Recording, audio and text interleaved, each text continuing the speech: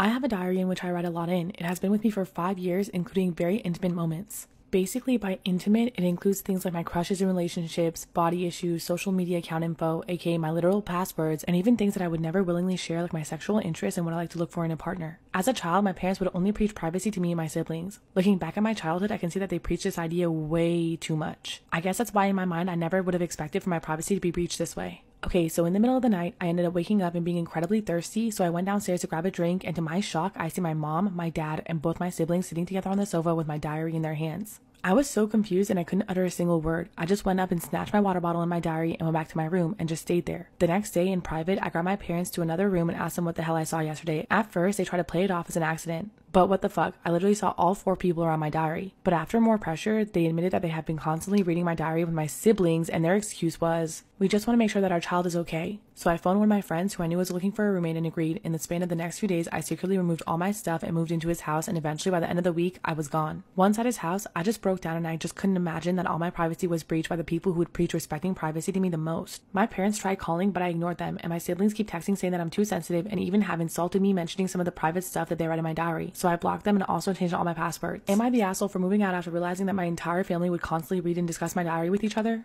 Am I the asshole for not thinking the joke my family played on my girlfriend was a big deal? I, 25 male, have a girlfriend, 23 female, who is absolutely beautiful, but she does have a large facial scar. My family often jokes about it. They have a super dark sense of humor. It bothers my girlfriend, and she says it doesn't feel like a joke. It feels like she's being insulted under the pretense of it being dark humor. Even though I explain it's just how they are and they don't mean any harm, she doesn't really want to be around them. I told her it was really important to me we spend Christmas with my family. We would all quarantine first and test, and it was important to me. She resisted at first, but after some urging from me, she gave in. She said I absolutely could not excuse their behavior if they made a rude comment about her though. We got there and it was fine for a while. Then my mom and my sister broke out their matching ugly sweaters that had my girlfriend's face all over it.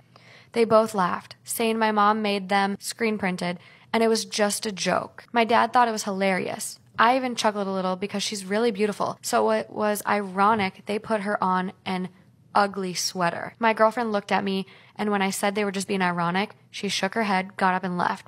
Didn't say anything to anyone, just took her car and left.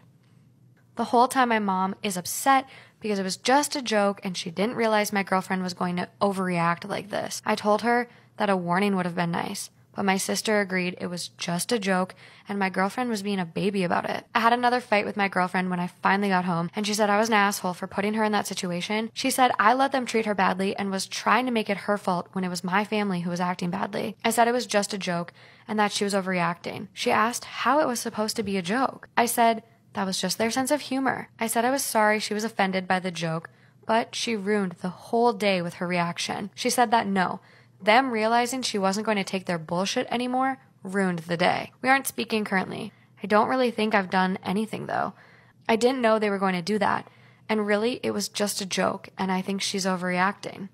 Am I really the asshole here? He's like, it's ironic. She's beautiful. What if she doesn't think she's beautiful, right? Storytime about how I'm a homewrecker and I don't regret it. I've been dating this guy who's married for a year now. But here's some backstory. We went to high school together and I was so in love with him back then. I never had the courage to tell him that I was in love with him in high school, so nothing ever really happened. I went to college and I didn't see him for a few years. But when I saw him again, he was married with a kid. At the time, I did have a boyfriend, so I never thought anything would happen between us. But the opportunity arose and I took it. One day I saw him at my gym and I decided right then and there that I wanted to be his girlfriend. I started dressing up really sexy to go to the gym. I'd wear sports bras and really tight leggings, and I had no shame. I was doing everything I could to get his attention. But like I said, he was married. I would go up to him at the gym and say hello, and he would say hi back. He never really had a full conversation with me, and I could tell that it was because he was married. So one day, I worked up the courage to ask him for help at the gym. I just pretended not to know how to use a machine, and he fell for it. We ended up talking for about 15 minutes, and that's when I told him that I had always had a crush on him since high school. He got really nervous, and I realized that he was attracted to me. So I asked him for his number really casually. He did hesitate for like a second, but then he gave it to me. After that, we would see each other at the gym almost every single day. And of course, I would take the opportunity to talk to him and flirt.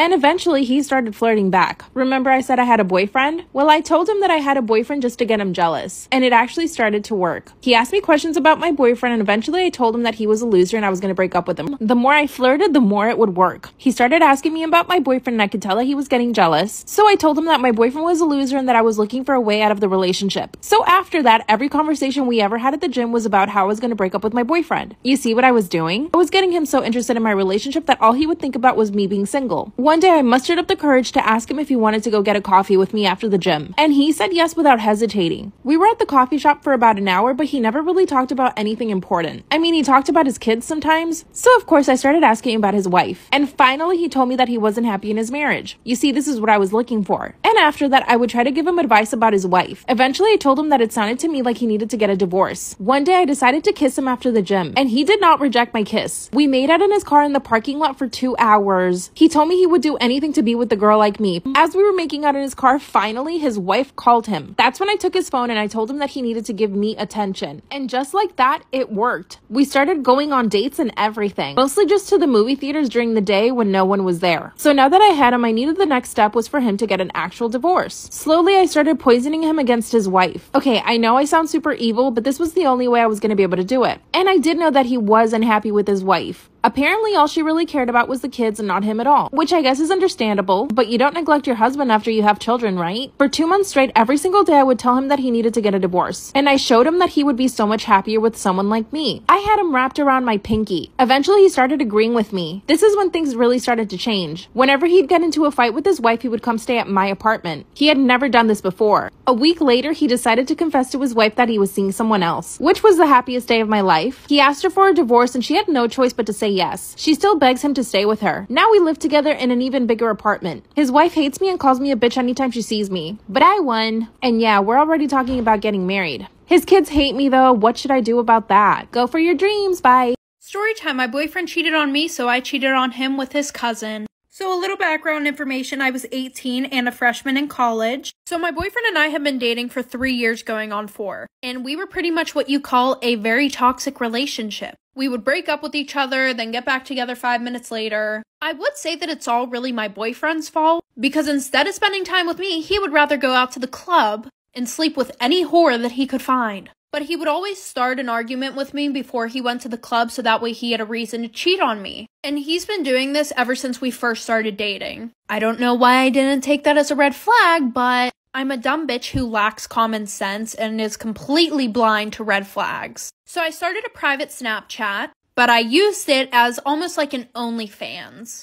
Except it was free. I added a bunch of guys on there and my boyfriend's cousins. His one cousin was my best friend and would low-key hype me up. I made this private Snapchat that was basically like an OnlyFans. And I had his cousin on there who was low-key my best friend. And he would low-key always hype me up on my thirst traps. So eventually I sent him a whole nude picture of myself. His cousin had a girlfriend, but neither of us were going to tell our significant others. And I told his cousin that I would sleep with him if he cheats on me again. Well, what do you know? A few nights later, he calls me starting an argument before he goes to the club. So I go to bed, I'm bawling my eyes out. And he calls me at 3 in the morning asking for me to get an Uber for him and some friends. But I hear a girl talking in the back. So obviously I gave him a hard time about it. So he hangs up on me, calls me 20 minutes later, and I hear this girl talking in Spanish in the background. Me being me, I assume the worst. I assume that he cheated on me. So he calls me the next day saying that we need to talk. I go over there. He says he doesn't want to be with me anymore. So like I said, he calls me over to his house. He says that I'm the problem in the relationship. I'm the reason why he cheats on me 24/7. So I'm like, you know what? Whatever. I leave and I go to his cousin's house and his cousin kind of does the deed on me. After that, I leave because I really wasn't trying to do the nasty. So a few weeks later, my boyfriend texts me saying, I need to talk to you, da-da-da. And we're not together at this point, mind you. And he's like, hey, like, I just feel like you're really not being honest with me. Like, I want to get back together, but I feel like you're unfaithful. And I'm like, what the fuck do you mean? You literally cheat on me 24/7. So I give him my phone to go through it. I thought I deleted everything, but I didn't delete a conversation between my best friend and I. So I'm bawling my eyes out, turn on my game face for lying. And I'm like, I swear to God, like, I didn't cheat on you. It was a prank. But he did the nasty with that girl, so I think we're even. So obviously I got back with him and we've been together for 4 years. Am I wrong for telling my dad that I don't want him walking my cousin down the aisle? My 16 female, cousin 23 female is getting married in November. She's the only daughter of my dad's brother. For some context, we don't get along at all. She bullied me while growing up, and after my uncle passed away, she tried to steal my dad. He never allowed it and made time for both of us, but to this day, my cousin still says that I was a bitch for not letting her have a parental figure, which is not true. Neither my mom or dad allowed her to mistreat me or abuse me, but there's so much a parent can do. She used to do it while they weren't watching too, and I was too afraid to tell them because I could see how important it was for my dad to have a relationship with her, so I kept quiet.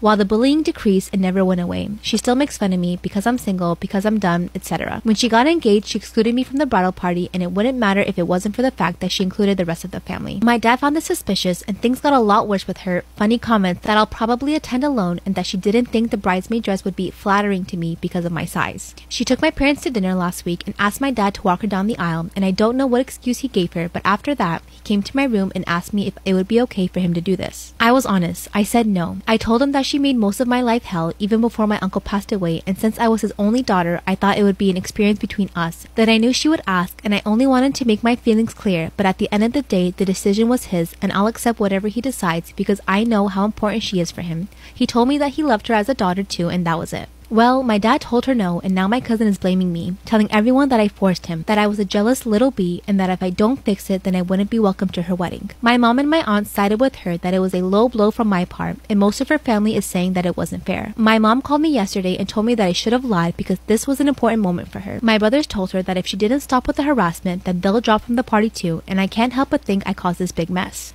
I'm sorry, you said you were 16, she's 23? She's 7 years older than you. And she's sounds like she's obsessed with you. She wants to live your life, you know.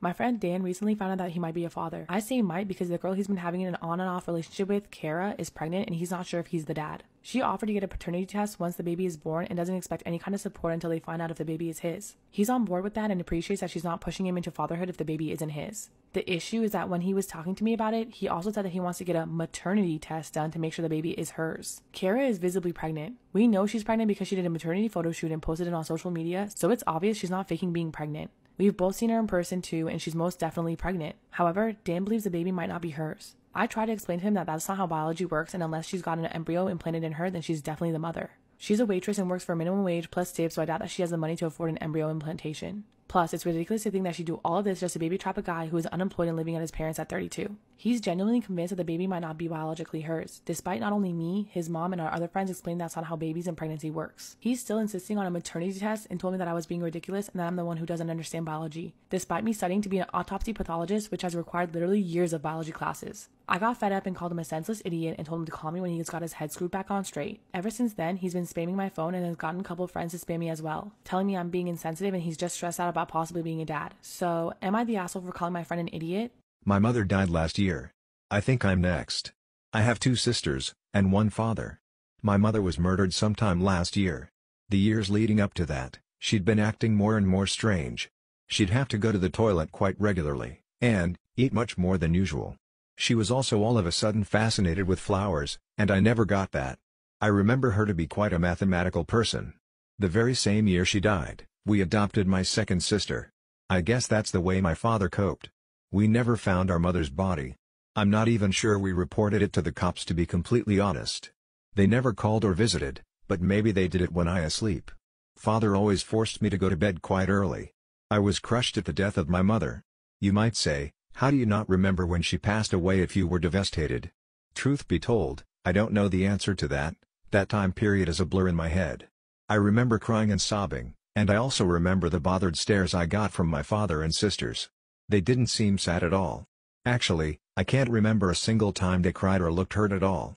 That goes not only for my mother, but for the whole time I've known them. Not a single tear. Get over it already. One of them said to me, and I found myself baffled.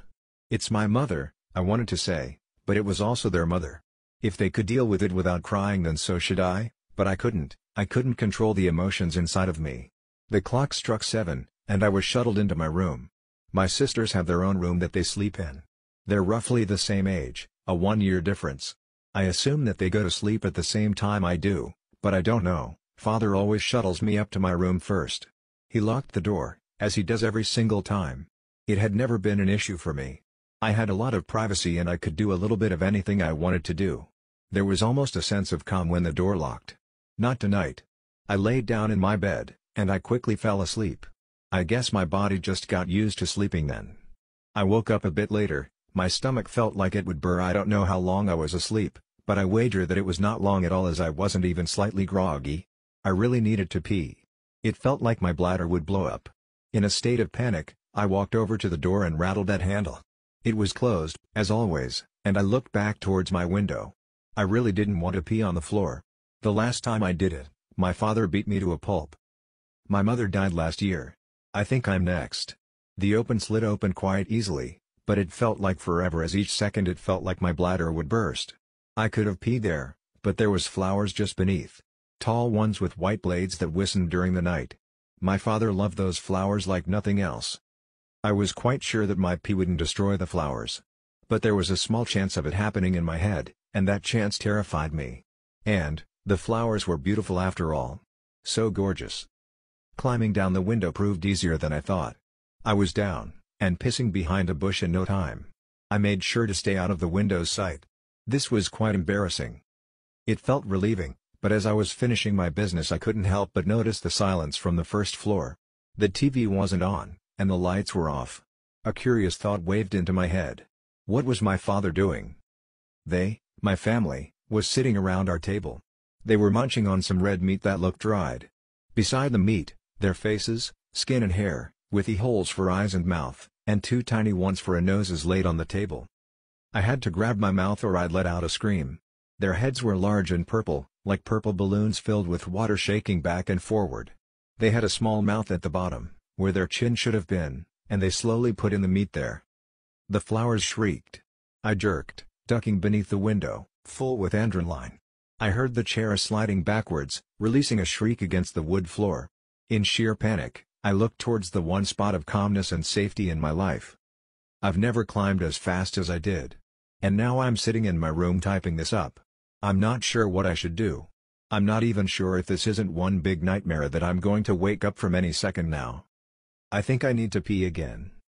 Am I the asshole for taking back the beer I bought for a party? On Thursday, a person I had a major crush on in high school, but who rejected me, messaged me out of the blue. She never contacted me without my contacting her first. And at one point I realized she had me blocked on social media. She said that she was going to have some people over and wanted to know if I would get the beer. 7 o'clock rolled around, and she texted me to say she was in front of my house. And she drove me to the liquor store. When we got there, I asked what beer she wanted me to get, and she told me to get Budweiser. I got back in the car and said, "Let's party." And she was eerily quiet. I noticed that she wasn't driving towards her neighborhood, but rather back towards mine. I deadpanned her and asked when she was going to tell me I wasn't invited. She feigned surprise and said that she never intended to invite me in the first place. What she did was the most humiliating thing that has ever happened to me. I opened my front door, slammed it a bit too hard, and came back to my room. Now I'm sitting here drinking absolutely unpalatable piss water. Am I the asshole here?